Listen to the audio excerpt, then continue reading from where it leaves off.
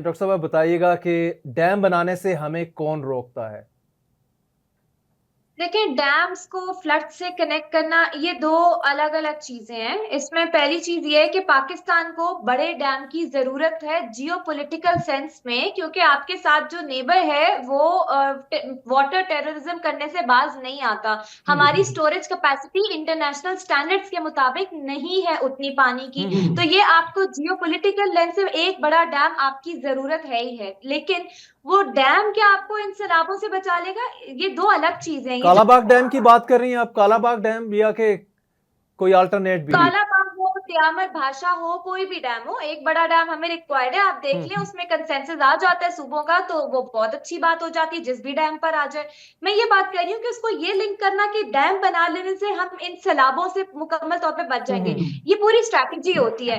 Dam आपको बिजली के लिए, आपकी पानी की स्टोरेज के लिए, आपकी ज़राअत के लिए जरूरी होता है। सैलाबों से बचने के लिए आपको फ्लड प्लेन इंक्रोचमेंट रोकनी है, आपको जेर जमीन पानी रिचार्ज करना है, आपको पहाड़ों से आने वाले सैलाबी रेले या रोज कोई जो है उसका पानी टैप करना है। और वो कैसे करते हैं? मैदानी इलाकों में आपको कोई बड़े डैम की जरूरत नहीं होती, छोटे डैम चाहिए होते हैं जो पहाड़ों के आगे लगा बना दिए जाएं, या जो जेर जमीन पानी को रिचार्ज करने के लिए इस्तेमाल। छोटे छोटे डैम्स आप अगर बनाते हैं ये मैदानी इलाकों में, वो फायदा दे सकते हैं। और ड्रेनेज सिस्टम इंप्रूव करने की जरूरत है। और सबसे बड़ी बात, जब तक आपका लोकल गवर्नेंस सिस्टम उसकी कैपेसिटीज नहीं होंगी, आपकी अच्छी पॉलिसीज और ये सारी चीजें लोकल कम्युनिटीज तक नहीं पहुंच सकती। तो बहुत जरूरी है कि आप बॉटम अप अप्रोच लेके लोकल अडेप्टेशन डिस्ट्रिक्ट लेवल से प्लानिंग शुरू करें। शहरों के बनाए प्लान्स और उसमें देखें क्या हमें छोटे डैम्स की जरूरत है या क्या हमें ड्रेनेज की जरूरत है, क्या होना चाहिए। एक्सपर्ट्स को शामिल करें और रियल एस्टेट और कंस्ट्रक्शन इंडस्ट्री को शामिल करें। ये पूरी होलिस्टिक प्लानिंग होती है, किसी एक के बस की बात नहीं है।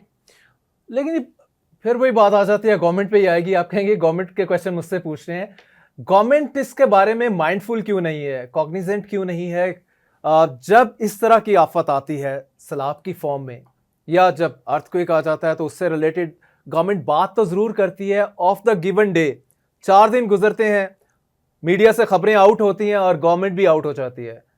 तो इसका कोई थॉट उस पर गवर्नमेंट का रहता नहीं है। तो इसके पीछे गवर्नमेंट इसको यही समझती है कि बस ये एक लिप सर्विस के तौर पे statement for the sake of statement दे दिया, और ये once that catastrophe is over तो गवर्नमेंट भी उसको समझती है कि कोई इशू नहीं रहा।